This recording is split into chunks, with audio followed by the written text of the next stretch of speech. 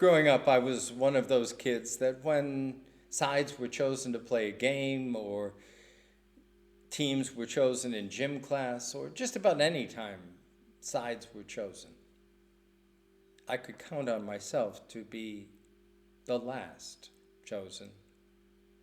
And oftentimes it was ugly. Teams fought not to take me. Sometimes it came down between me and one of the special needs kids, and 9 times out of 10, I was still last. I grew up figuring I would never be chosen for anything. It just was the way life was. And so you can imagine my surprise when in college I got invited by one of my good friends and bandmates to come over to his fraternity house for dinner. I figured he'd just gotten feeling sorry for me eating cafeteria food. And besides, I knew the guys and we were all good friends, so no big deal. It was quite a shock when after dinner they took me aside and invited me to join. I never saw it coming. I had been recruited. I've gotten a little more sophisticated over the years at picking out recruiters, so that when I was invited by another good friend of mine to attend a Rotary luncheon, I knew what was coming.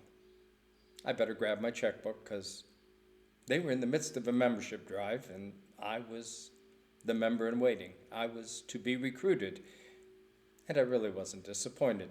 It happened. In this morning's gospel, we read of Jesus sending out the 70 into the world. It's an occasion over the years for many a preacher to use this as a launching pad to talk about the latest outreach or evangelism effort in the church. How we are sent out to recruit for Jesus and to save the church. But this isn't a recruiting mission at all, if you read the text carefully. Jesus sends the disciples out, the 70, not to recruit, but to heal, to bring good news, to heal the sick, and to bring peace, shalom. What a strange thought. In the world that we find ourselves in today, you rarely hear that language coming from the church. In fact, in the midst of many of the divisions that face us these days, it is precisely the church that is taking the front line in widening divisions, in vilifying others, in creating disharmony, envy, condemning. What a strange contrast to the healing mission that Jesus sends the 70 out for. We find those divisions between churches. We find them within churches. We find them within denominations these days. We find them at every cause. It's a sad time.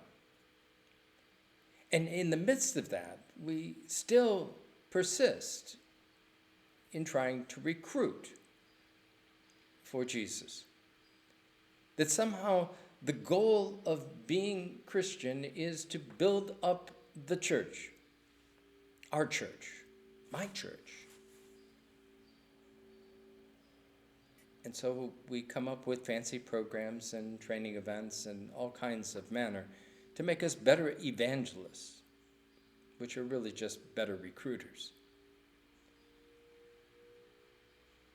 Because what Jesus says in the gospel is you don't need any special tools. In fact, don't take anything. I'll give you everything you need to do your work.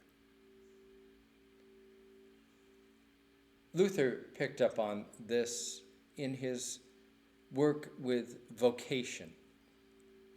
One of the most fascinating parts of Luther's teaching and oftentimes overlooked. And yet as I work through it these days, I find it so poignant, so important.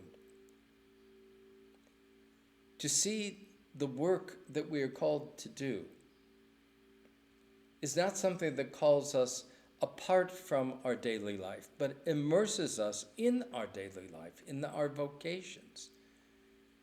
Whether that is a job, or whether it is being called to be student, or whether it is a parent, grandparent, retired. Wherever our station in life, wherever our particular vocation at the moment is, that's the arena that we are sent to bring good news, to bring hope and healing, to bring shalom, to tell the good news of Jesus Christ, of a God who is enfleshed and lives among us, bringing us courage and hope in the midst of the trying and awful times we sometimes find ourselves in these days. A God who is present in hospitals, in funeral homes, in our own homes, amidst family strife. A God who comes again and again to minister to us. That through our hands, our words, our ears, brings shalom, peace. The last act in the baptismal rite is to place a candle before the newly baptized and to remind them of their calling, to go forth into the world and to let their lights so shine before others. Not that others may come to church. That's all well and good, but that's not the reason. No, they let their lights so shine before others that they may see God in what we do, in what we say, in who we are. And what kind of a God will the world see in you? The Spirit sends us forth to serve. We go in Jesus' name to bring glad tidings to the poor, God's favor to proclaim. We go to comfort those who mourn and set the burden free. Where hope is dim, to share a dream and help the blind to see. We go to be the hands of Christ, to scatter joy like seed, and all our days to cherish life, to do the loving deed.